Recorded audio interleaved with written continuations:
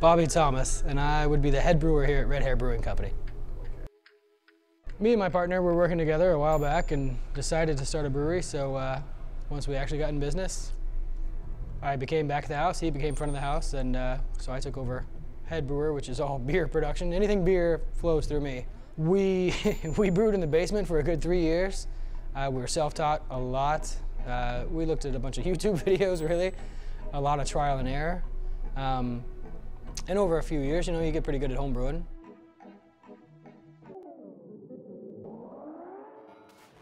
Well, the first start of brewing process is milling grain. You get your grain bill together.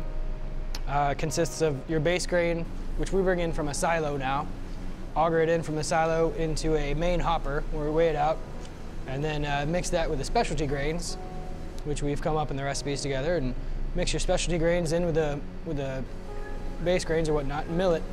Basically, when you're milling, is you're trying to crack the kernels of the grain open to expose the sugary endosperm inside the kernel.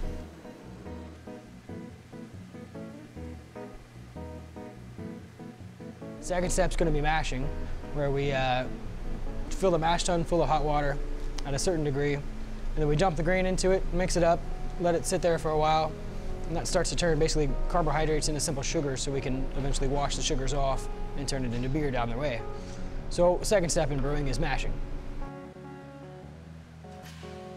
After that, you begin lautering, which is basically washing the sugary water, or wort as it's called, off of the grain through the pipes and into the kettle, basically moving sugary liquid from the mash lauter tun over to the kettle. At that point, we'll sparge, which is washing more hot water at another temperature onto the mash bed, and then again, just creating a sugary liquid. We bring all that over to the kettle.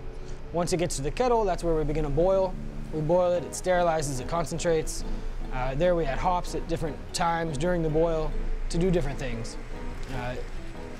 Adding hops at different times during the boil gives it different bitterness, flavors, aromas. We'll whirlpool it, which will kind of coagulate all the solids to the middle. All the stuff we put in there kind of comes to the middle in the bottom of the dish of the kettle.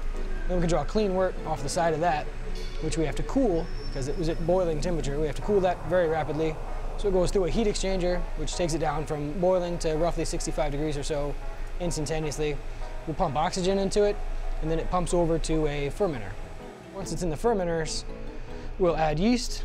The yeast is like a live organism that's going to metabolize all the sugars that we put into the liquid, creating alcohol and CO2. So all the alcohol is created by the yeast eating the sugars, and it blows off CO2. So you'll see buckets with an airlock basically releasing the CO2 into an airlock, so no little buggers get back up in there. We'll crash the tank. We'll basically take the tanks down to 31 degrees or so.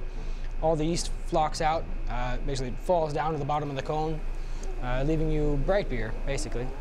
So we'll harvest the yeast off, reuse that 8 to 15 times, depending on the yeast, and then pump bright beer off of the unitank into bright tanks. Once it's in a bright tank, it'll age, mature, and carbonate in those tanks. When it's ready, we'll package it up, either send it to the kegging line or the canning line. And from there, it gets stored here for a few days and then goes to the distributor and out to the bars. We want to make really good beers that everybody can drink, that everybody can enjoy. We want to kind of bridge the gap between the crazy hardcore craft beer and the regular Joe who doesn't really know anything about craft beer. So now we're, I would say, in most liquor stores, as far as the cans go. Bars and restaurants, there's a lot. We're in all of Georgia and all of South Carolina now. The biggest thing when people tell me that, ask me that is, if you don't see us, please ask for us, because that's the only way we've gotten to where we are now, is people actually asking for the beer when they go out. We do plan on getting bigger this next year or soon after. Hopefully not too big. I wouldn't want to get too big. Still stay local and regional at best. I would say in the next 5 to 10 years.